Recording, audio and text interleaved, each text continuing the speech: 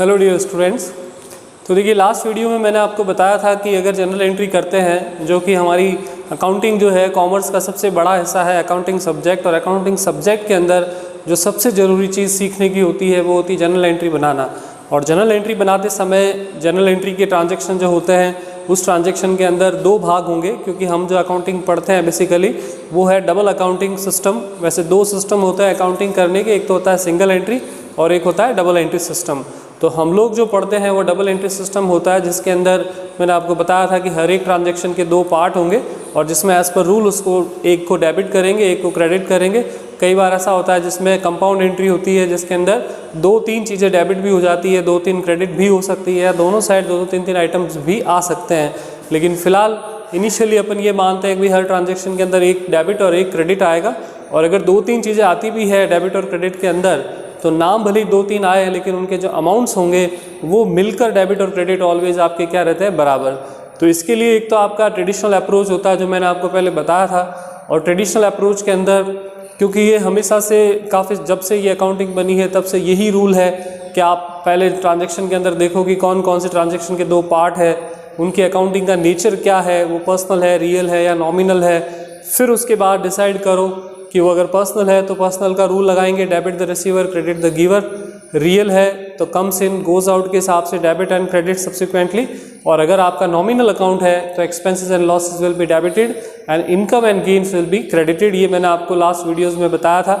तो अब यहाँ पर अपन जो है, जैसा मैंने आपको कहा था कि ये ट्रेडिशनल अप्रोच काफ़ी सालों से चल रहा है और पढ़ने पढ़ाने वाले जो है लोग इसको इसीलिए फॉलो करते हैं बिकॉज वो इसी हिसाब से उन्होंने हमेशा चीज़ों को जो है वो समझा है, तो उनको समझाने में थोड़ा इजी रहता है। लेकिन मॉडर्न अप्रोच जो है वो और भी बढ़िया है, क्योंकि जब भी कोई नया मेथड इंट्रोड्यूस होता है, टेक्नोलॉजी अगर इंट्रोड्यूस होती है कि अगर आपने 2G से 3G पे आए या 3G से 4G पे अभी चल रहे हैं, 4G से 5G पे जाएंगे, तो ऑब्वियस है कि कौन पर्सन होगा जो चाहेगा कि नहीं वो 2G में ही जो है इंटरनेट को यूज़ करना चाहता है। तो टेक्नोलॉजी बढ़ती है, जैसे जैसे मेथड्स बढ़ते हैं तो ऑलवेज़ उनके अंदर कुछ इस तरह का इम्प्रूवमेंट होता है जो कि पुराने मेथड से कंपैरेटिवली थोड़ा इजी पड़ता है। तो इसीलिए मैं आपको जो है बेसिकली मॉडर्न टेक्निक से जनरल एंट्री बनाना सिखा रहा हूँ, जिससे कि आप इजीली आप एंट्रीज़ को बना पाए। और अगर कोई स्टूडेंट ने अगर बेसिक पहले पुराने जो मेथड है ट्रेडिशनल से करा है तो वो भी इसको सीख सकता है, क्योंकि दोनों मेथड अब भी पता हो तो कई बार अपन एंट्री के अंदर कहीं कन्फ्यूज़ हो जाए तो उसकी जगह इस मेथड को भी अपन यूज़ में ले सकते हैं। तो बेसिकली जब अपन ये rules of debit and credit जो है मॉडर्न क्लासिफिकेशन में करते हैं तो इसके अंदर हमारे जो आइटम्स होते हैं टाइप्स ऑफ अकाउंट, जैसे वहाँ पे 3 टाइप्स थे, पर्सनल, रियल, नॉमिनल। तो वैसे यहाँ पर होता है एक तो एसेट्स का अकाउंट, एक लायबिलिटी का, एक आपका कैपिटल, एक रेवेन्यू और एक expenses. Assets, liability, capital, revenue, expenses सारे बहुत ही कॉमन वर्ड है और मैंने बेसिक टर्म्स में आपको इन सबको बताया है। एक वर्ड थोड़ा सा मैं आपको बता देता हूँ फिर से, रेवेन्यू क्या होती है, क्योंकि ये थोड़ा सा जो है ऑकवर्ड वर्ड है। वैसे जनरली बेसिक टर्म्स के अंदर तो मैंने आपको बताई है, लेकिन फिर भी एक बार इसको रिवाइज कर देता हूँ, क्योंकि एसेट्स वर्ड सिंपल है कि बिजनेस के अंदर जो भी आपके रिसोर्सेज हैं जो कि प्रॉफिट अर्निंग में हेल्प करते हैं उसको एसेट्स कहते हैं, जैसे मशीन है, बिल्डिंग है, कैश है, स्टॉक है। लायबिलिटी मीन्स कि आउटसाइडर लोगों से जो भी पैसा आपने लिया है या फिर आपको अभी तक देना बाकी है, चाहे गुड्स परचेज का हो, चाहे आपकी रेंट का हो, चाहे भले आपने कहीं से लोन लिया है, तो वो सब चीज़ें लायबिलिटी है। मतलब बिजनेस की जो भी ओइंग्स है, जो पैसा उसको देना है आउटसाइडर्स को। कैपिटल बहुत ही बेसिक वर्ड है कि ओनर जो बिजनेस के अंदर जो इन्वेस्ट करता है in form of cash, assets, stock, तो वो सब की टोटल जो है वो आपकी क्या कहलाती है, कैपिटल। और वो कभी भी इन्वेस्ट करे बिजनेस के अंदर, चाहे स्टार्टिंग में करे चाहे एंड में, चाहे ड्यूरिंग द बिजनेस, उससे कोई फ़र्क नहीं पड़ता। फिर है रेवेन्यू। रेवेन्यू का मतलब होता है कि कोई भी बिजनेस अपनी बिजनेस एक्टिविटी से जो भी अर्निंग करता है, कैश रिसीव करता है, तो वो सारी उसकी रेवेन्यू होती है, लेकिन वो उसका प्रॉफिट नहीं होता है। बिकॉज रेवेन्यू जो होती है उसमें से जब अपन एक्सपेंसेस को डिडक्ट करेंगे पॉइंट नंबर 5 को, तो उसके बाद जो वैल्यू बचती है वो आपका जो है प्रॉफिट होता है। तो रेवेन्यू जस्ट आप अगर गुड्स सेल करते हैं तो सेल से जो पैसा मिला, आप अगर लॉयर है तो जो आपको क्लाइंट से जो फीस मिली, अगर आप डॉक्टर हैं तो आपको डॉक्टर के हिसाब से जो फीस मिलती है, विजिटिंग फीस हो चाहे भले आप उसको चेक करते हैं उसकी कोई फीस मिलती है, तो ये सारी उसकी जो है वो क्या कहलाती है, रेवेन्यू कहलाती है, प्रॉफिट नहीं। और प्रॉफिट निकालने के लिए रेवेन्यू में से जब अपन एक्सपेंसेस को डिडक्ट करते हैं तो प्रॉफिट आता है। उसके बाद है एक्सपेंसेस। एक्सपेंसेस बिजनेस को आप चलाने के लिए जो भी पैसा खर्च करते हो और जिसकी यूटिलिटी 1 ईयर के अंदर अंदर कंप्लीट हो जाती है उसको एक्सपेंसेस कहते हैं। और ऐसा इन्वेस्टमेंट आप करते हो, ऐसा खर्चा आप करते हो जो कि कई साल तक बिजनेस को हेल्प करेगा, तो वो फिर एक्सपेंसेस की जगह क्या कहलाता है, एसेट्स। तो ये कुछ बेसिक टर्म्स भी मैंने आपको वापस थोड़ी रिवाइज करी है और ये इस तरह से आप जैसे जैसे आगे पढ़ते रहेंगे आपको मैंने आपको पहले भी बताया है फर्स्ट डे से कि 11th की अकाउंटिंग ऐसे रिलेवेंट है कि आप जैसे जैसे आगे बढ़ेंगे आपको पीछे वाली चीज़ें वापस रिवाइज होती रहेगी और वो और क्लियर होती रहेगी जैसे जैसे हम उसके बारे में पढ़ते हैं। तो अब देखिए इसका जो एंट्री का जो रूल है वो मैं आपको बताता हूँ क्या रूल बनता है इनका डेबिट क्रेडिट का। एसेट्स का ये रूल है कि एसेट जब इंक्रीज होगी तब अपन उसको जो है वो जनरल एंट्री बनाते समय डेबिट करेंगे और डिक्रीज होगी तो क्रेडिट। तो ये आपने इक्वेशन में तो सीखा है और इक्वेशन लेसन आपको बहुत यहाँ हेल्प करेगा क्योंकि इक्वेशन के बेस पर ये जो मॉडर्न टेक्निक्स है ये इक्वेशन के बेस पे जनरल एंट्री बनाती है। और आपने अकाउंटिंग इक्वेशन जो मैंने आपको पूरा एक बंच ऑफ जो वीडियोस बना के बताया था जिसमें बताया कि इक्वेशन किस तरह से बनती है, तो वो अगर आपको अच्छे से समझ में आ गया है तो उसी बेस पर आप जनरल एंट्री को भी बहुत ही ईजीली जो है वो समझ सकते हैं। क्योंकि जनरल एंट्री का ये जो टेक्निक है ये पूरी तरह से इक्वेशन की तरह चलता है कि जैसे अगर हमने मशीन खरीदी तो मशीन खरीदने से मशीन अकाउंट जो है वो क्या होता है, बढ़ता है, तो वहाँ अपन प्लस करते हैं। और अगर कैश दे रहे हैं उसके बदले में तो कैश आप जारी है तो कैश में से क्या करते हैं, रिड्यूस। तो वही ये इंक्रीज़ और डिक्रीज़ यहाँ आपके चल रहे हैं कि अगर आपने मशीन खरीदी तो मशीन इंक्रीज़ हुई तो उसको आप डेबिट करो और मशीन बेच दी तो वो डिक्रीज़ हुई तो उसको आप क्या कर दो, क्रेडिट कर दो। फिर लायबिलिटी क्योंकि एसेट से बिल्कुल अपोजिट साइड होती है इसलिए इसका उल्टा रूल रहेगा कि जब ये डिक्रीज़ होगी तब उसको डेबिट और जब इंक्रीज होगी तब उसको क्या करेंगे, क्रेडिट। फिर उसके बाद है कैपिटल के लिए एक ट्रिक मैं बताता हूँ कि कैपिटल और लायबिलिटी दोनों एक ही साइड होते हैं। जैसे अकाउंटिंग इक्वेशन जब बनाते हैं तो एसेट्स इज इक्वल्स टू क्या होता है, लायबिलिटी प्लस कैपिटल होता है। तो दैट मीन्स कि जो रूल लायबिलिटी के ऊपर अप्लाई हो रहे हैं वो रूल आपके जो है वो किस पे अप्लाई होंगे, कैपिटल पर भी होंगे। तो कैपिटल में भी यही रहेगा कि कैपिटल अगर आप डिक्रीज करते हो तो डेबिट होगी और इंक्रीज करेंगे तो वो क्या हो जाएगी, क्रेडिट।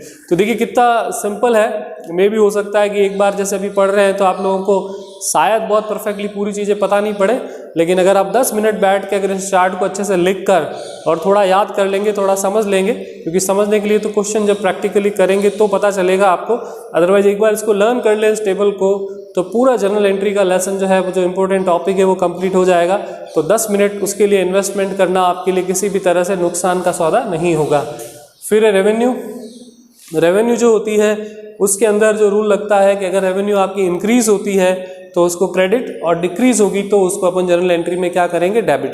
और एक्सपेंसेस हैं वो रेवेन्यू के जस्ट अपोजिट होते हैं तो रूल भी अपोजिट लगेगा कि जब वो डेबिट होंगे इंक्रीज होने पर और जब वो क्रेडिट होंगे डिक्रीज होने पर। तो इस तरीके से ये आपके सारे के सारे रूल्स हैं जिसकी बेसिस पर अपन ये सारी जनरल एंट्रीज जो है वो सीखेंगे। और अब मैं आपको कुछ ट्रांजैक्शंस जो है फॉर एग्जांपल आपको बता रहा हूँ जिससे कि आपको पता चले कि किस तरीके से ये रूल्स अपन अप्लाई करेंगे और कितना इजीली जो है वो जनरल एंट्री को अपन सीख सकते हैं। क्योंकि कई बार थोड़ा सा टाइम लगता है जनरल एंट्रीज को सीखने पर, लेकिन एक बार जनरल एंट्री सीखने के बाद इसके आगे जो डिपेंडेंट लेसन है जैसे कि लेज़र हो गया, ट्रायल बैलेंस हो गया, उसके बाद आपके फाइनल अकाउंट्स हो गए, तो वो जनरल एंट्री सही होने पर ही वो आगे से आगे सही बैठते भी हैं और इसी से फिर वो आगे बढ़ते हैं। इनके रूल्स को अगर अच्छे से करें और काफ़ी लोगों ने अगर अकाउंटिंग इक्वेशन नहीं पढ़ी है तो वो एंट्री से भी वापस बैक जाकर अकाउंटिंग इक्वेशन को भी समझ सकते हैं। तो सबसे पहला ट्रांजेक्शन मैंने लिया है बिजनेस स्टार्टेड विथ कैश।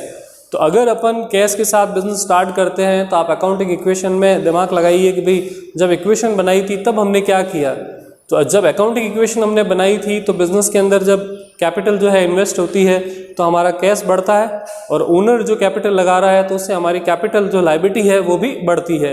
तो आपको पहला काम ये करना है सबसे पहले कि हर एक ट्रांजेक्शन के 2 पार्ट निकालने हैं। जैसे कि पहला इसमें निकलेगा कैश और दूसरा निकलेगा कैपिटल। क्योंकि बिजनेस स्टार्ट करते समय जो इन्वेस्टमेंट करते हैं उसका पर्टिकुलर नाम है कि उसको अपन क्या कहते हैं, उसको कैपिटल कहते हैं। अगर गुड्स परचेज करते हैं तो उसका क्या नाम है, परचेज। गुड्स को सेल करते हैं तो क्या नाम है, सेल्स। तो ये अकाउंटिंग टर्म जो मैंने पढ़ाई है और इक्वेशन पढ़ाई है ये मैंने इसीलिए पहले अच्छे से समझाई है क्योंकि उसके बिना आप काफ़ी सारी चीज़ें नहीं समझ पाते हैं। जबकि कॉन्सेप्ट कन्वेंशंस वाला हिस्सा मैंने अभी पढ़ाया नहीं, बिकॉज वो आप थ्योरी है एक बार पढ़कर भी समझ सकते हैं। लेकिन ये तीनों लेसन जो अभी इन रेगुलर जो है सेशन में मैंने पढ़ाया है तो वो आपको जो है आना ज़रूरी है। तो कैश बिजनेस की एसेट्स होती है, वो वेरी वेल नोन है हमको, और कैपिटल बिजनेस के लिए लायबिलिटी होती है। आप ये मत समझिएगा कि लायबिलिटी और कैपिटल तो अलग अलग है, कैपिटल और लायबिलिटी यूँ अलग अलग होता है, लेकिन लायबिलिटी साइड जो होती है उसमें दोनों आते हैं, कैपिटल और केवल लायबिलिटी। वहाँ लायबिलिटी का मतलब होता है एक्सटर्नल लायबिलिटी और कैपिटल का मतलब होता है इंटरनल। लेकिन अगर केवल लायबिलिटी वर्ड लिखा हो तो वहाँ उसका मतलब होगा कि ये क्या है, आउटसाइड। लेकिन अभी अपन साइड की बात कर रहे हैं, पूरा एसेट साइड, पूरी लायबिलिटी साइड। तो कैपिटल हमारे लिए एक तरह की लायबिलिटी है। एसेट जो है कैश बिजनेस में आएगी तो कैश आपकी इंक्रीज हो रही है, और लायबिलिटी भी जो है कैपिटल जब हमारे बिजनेस में लगती है तो कैपिटल भी हमारी इंक्रीज होगी। अब इनके रूल देखते हैं इंक्रीज पर, कि जब एसेट्स इंक्रीज होती है तब उसको क्या करते हैं, डेबिट। तो ये मैं शॉर्ट में लिख रहा हूँ DR। और जब लायबिलिटी इंक्रीज होती है तब अपन उसको क्या करते हैं, लायबिलिटी जब डिक्रीज होती है तब आप उसको जो है वो क्या करेंगे, डेबिट करेंगे। और जब इंक्रीज होगी तो क्रेडिट होगी, तो ये आपका क्रेडिट हो गया। तो इस तरीके से आपको हर एक ट्रांजैक्शन के 2 पार्ट बनाने, फिर ये पता लगाना है कि वो 5 कैटेगरी में से किस में बिलोंग करता है, और फिर वो देखना है बिजनेस के हिसाब से, जो अकाउंटिंग इक्वेशन में आपने समझा था कि वो आइटम बढ़ रहा है या घट रहा है। अगर बढ़ रहा है तो बढ़ने का रूल क्या है, और अगर घट रहा है तो घटने का रूल क्या है। तो इन बेसिस पर अपन इसको आगे चलाते हैं। फिर एक गुड्स परचेज, और ब्रैकेट में मैंने फॉर कैश लिखा है। अगर खाली गुड्स परचेज भी लिखा हो तो उसका मतलब वो कैश में ही है, और पीछे फॉर कैश लिख दे तो वो तो पता चल ही रहा है कैश। लेकिन अगर गुड्स परचेज या सेल्स करते समय किसी व्यक्ति का नाम लिख दे कि राम से खरीदा, श्याम से खरीदा, तो दैट मीन्स कि वो गुड्स आपने कैसे परचेज किया है, वो किया है क्रेडिट में। तो जिनसे हम गुड्स परचेज करते हैं उनको अपन क्या बोलते हैं, क्रेडिटर्स, और जिनको हम गुड्स सोल्ड करते हैं उनको हम क्या बोलते हैं, डेटर। तो देखिए हर चीज़ जो बेसिक टर्म्स में है उसके बिना यहाँ कहीं काम नहीं चलने वाला है। तो अगर आप लोगों ने अगर बेसिक टर्म वाला लेसन पहले बहुत टाइम पहले पढ़ा है तो एंट्री करते समय एक बार वापस उसको रिवाइज कर सकते हैं, जिससे कि आपको उनसे थोड़ा बेनिफिट मिले। तो अगर गुड्स जब परचेज करते हैं तो उसके लिए पर्टिकुलर अकाउंटिंग के अंदर एक टर्म है जिसका नाम ही परचेज है, और गुड्स परचेज करने के बदले हमने कैश दिया है तो कैश आपका आ जाएगा इसके अंदर ट्रांजैक्शन का दूसरा हिस्सा। एक चीज़ आप ध्यान रखिएगा कि जब भी अपन जनरल एंट्री बनाते हैं और रूल्स के हिसाब से चीज़ों को डेबिट क्रेडिट करते हैं, तो हमारे पास ये जो कोटेशन है, इसी कोटेशन से ही हमको 2 ट्रांजैक्शन के हिस्से निकालने हैं।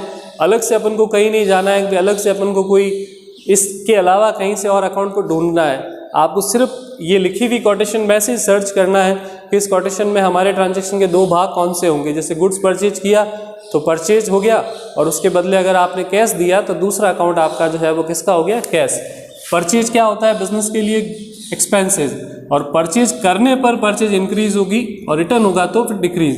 कैश बिजनेस के अंदर क्या है, एसेट्स, लेकिन जब परचेज करते हैं तो आपको कैश देनी पड़ती है, इसलिए कैश क्या हो रही है, डिक्रीज।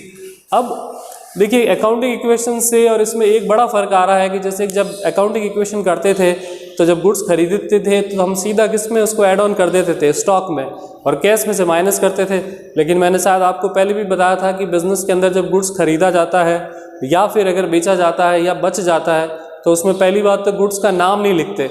और अकाउंटिंग इक्वेशन में हमने क्यों नहीं लिखा परचेज का नाम, क्योंकि अकाउंटिंग इक्वेशन में हम सिर्फ 3 चीज़ों को शामिल कर सकते हैं, एसेट्स, लायबिलिटी और कैपिटल। और इस कारण से ये जो 2 कैटेगरी है आपकी रेवेन्यू और एक्सपेंसेस वाली, ये अकाउंटिंग इक्वेशन में बेसिकली आपके आ नहीं पाती, और इसी कारण से फिर हमको वहाँ पर इसी में देखना पड़ता था कि स्टॉक अगर खरीदा है तो स्टॉक तो हमारा जो है वो कौन सी कैटेगरी में आएगा, एसेट, लायबिलिटी या कैपिटल। तो स्टॉक किस में आता है, एसेट्स, तो वहाँ हमने डायरेक्टली उसको एसेट्स के अंदर क्या किया है, शामिल करा है। तो ये रीज़न है कि वहाँ आपने जो है स्टॉक यूज़ किया और यहाँ आप जो है वो क्या यूज़ करोगे, परचेज करने पर परचेज और गुड्स को सेल करने पर डायरेक्ट सेल्स वर्ड यूज़ करेंगे। अब अगर परचेज एक्सपेंसेस इंक्रीज होता है तो एक्सपेंसेस और इंक्रीज तो क्या होता है, डेबिट कर दिया। और दूसरा है हमारा कैश, कैश होती है हमारी एसेट्स और क्या हो रही है, डिक्रीज।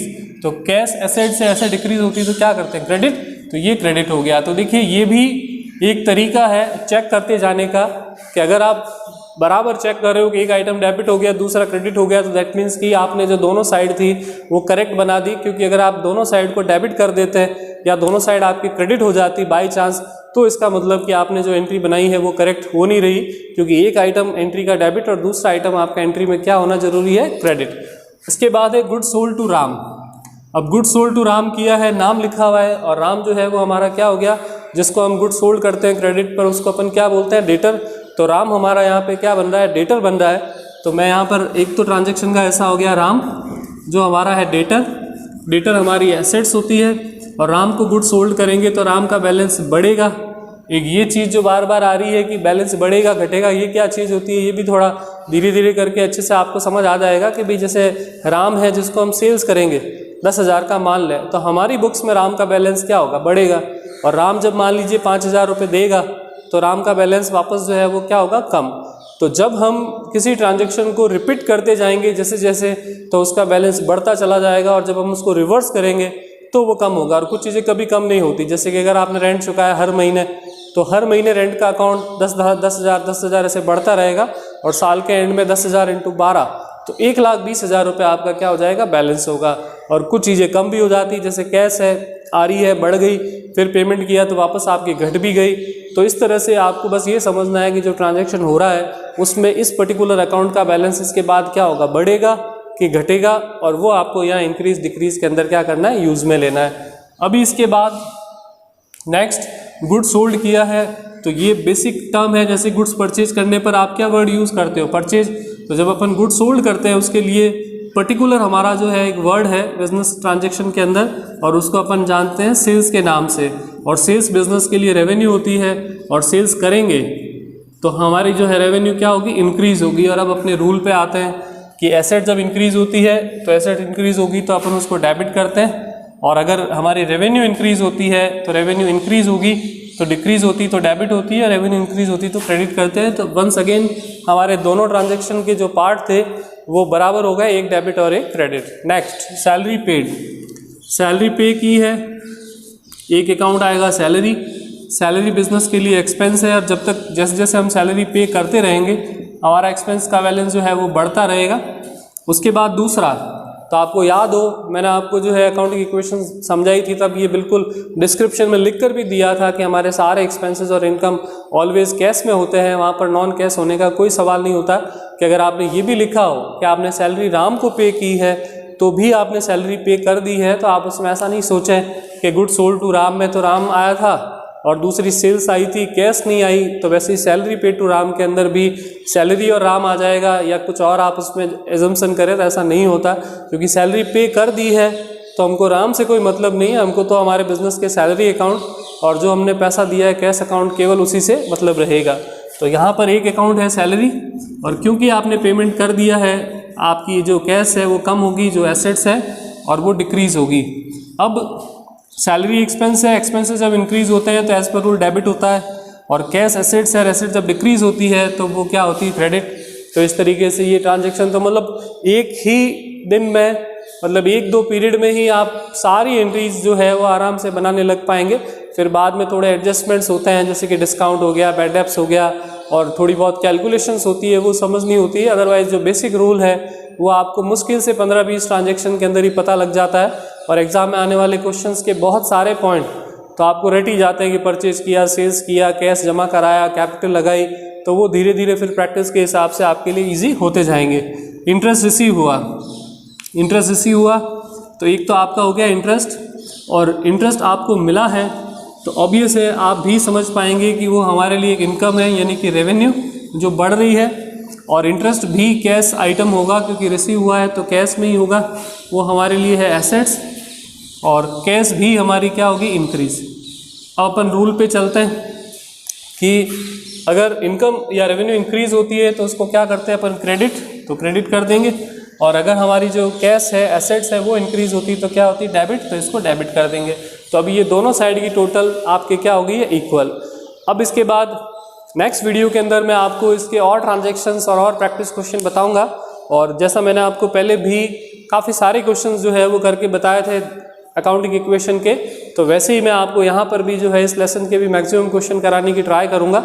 लेकिन जैसा मैंने आपको पहले भी बोला है कि आप लोग जो है कुछ ग्रुप बनाकर जो है व्हाट्सएप पर एक पर्टिकुलर अगर इकट्ठे होते हैं और कुछ स्टूडेंट्स होते हैं तो फिर मैं इस ऑनलाइन क्लास को आगे कंटिन्यू करता हूँ। और या भले जैसे अगर आप लोग चाहें तो एज़ पॉसिबल, जैसे कम स्टूडेंट होते हैं तो अपन जो है उसमें ऑफलाइन क्लास है जैसे इंस्टीट्यूट पर भी एज़ पॉसिबल एज़ जो है वो क्लास मैनेज करने की कोशिश कर सकते हैं। Thank you.